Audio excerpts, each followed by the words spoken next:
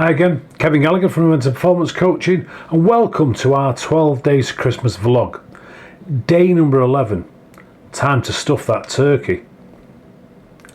Today I want to share with you a tip that if you choose to apply, and why wouldn't you, will be life-changing and ensure your success in 2021. On the 11th day of Christmas, my true love sent to me. Many years ago I came across a formula from the great Brian Tracy. Leadership equals discipline times expectancy. Just say that again. Leadership equals discipline times expectancy. And to be honest, I didn't get it. I didn't fully understand it. That was until I got a vital lesson from my 7-year-old granddaughter Ellie, who I've got to thank for teaching me this lesson. A couple of years back, we had been lucky enough to have been blessed with not one but 3 new babies in our family over a period of a couple of months. And yes, it was a really noisy and expensive Christmas that year.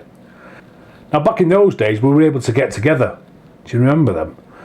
So all the babies and all the parents got together for a few days in Portsmouth, and as you can imagine, the topic of conversation was what else?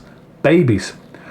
Now, whilst all the parents were gushing over their newborn babies, our 6-year-old granddaughter Ellie sat quietly observing the interaction and noticed that in general the babies were happier and not so noisy when being held by the mums rather than dads.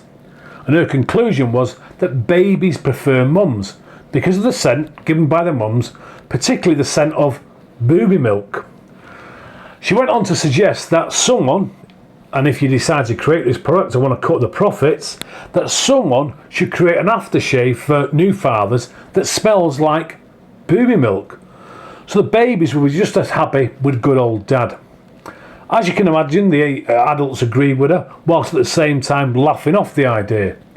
However, the very next day, whilst at her great-grandmother's, Ellie decided that her idea merited bringing in some big guns. So she asked for a pen and paper and set about writing a letter. Now, thinking she was going to be writing to someone like Lord Sugar, Dragon's Den, or some angel investors, you can imagine our surprise when she suddenly asked, "How would you address a letter to the Queen?" Ellie actually made the decision herself. She'd start the letter with "Dear Your Majesty." When we arrived back on the Wirral though, Ellie was still adamant the Queen would want to hear about her idea and her letter needed posting. So along with a cover letter from a nan and an envelope adorned with hand-drawn images of the Queen and her corgis, the letter was posted. Now, for the next 10 days when she arrived home from school, her first question was always, "Has my letter from the Queen arrived yet?"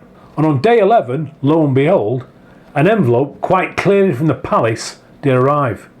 The reply was from the Queen's lady-in-waiting, and it explained that the Queen had requested that she replied to Ellie to express how kind it was of her to share her idea, and that she'd been touched that Ellie had taken such keen interest in babies since the birth of her sister.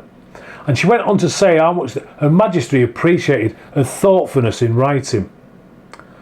As you can imagine, we were all delighted and surprised that Ellie had a response, and in all honesty, none of us expected that. Because, and here's the lesson, as adults, we let our own biases, our own beliefs, our own egos and thinking get in the way.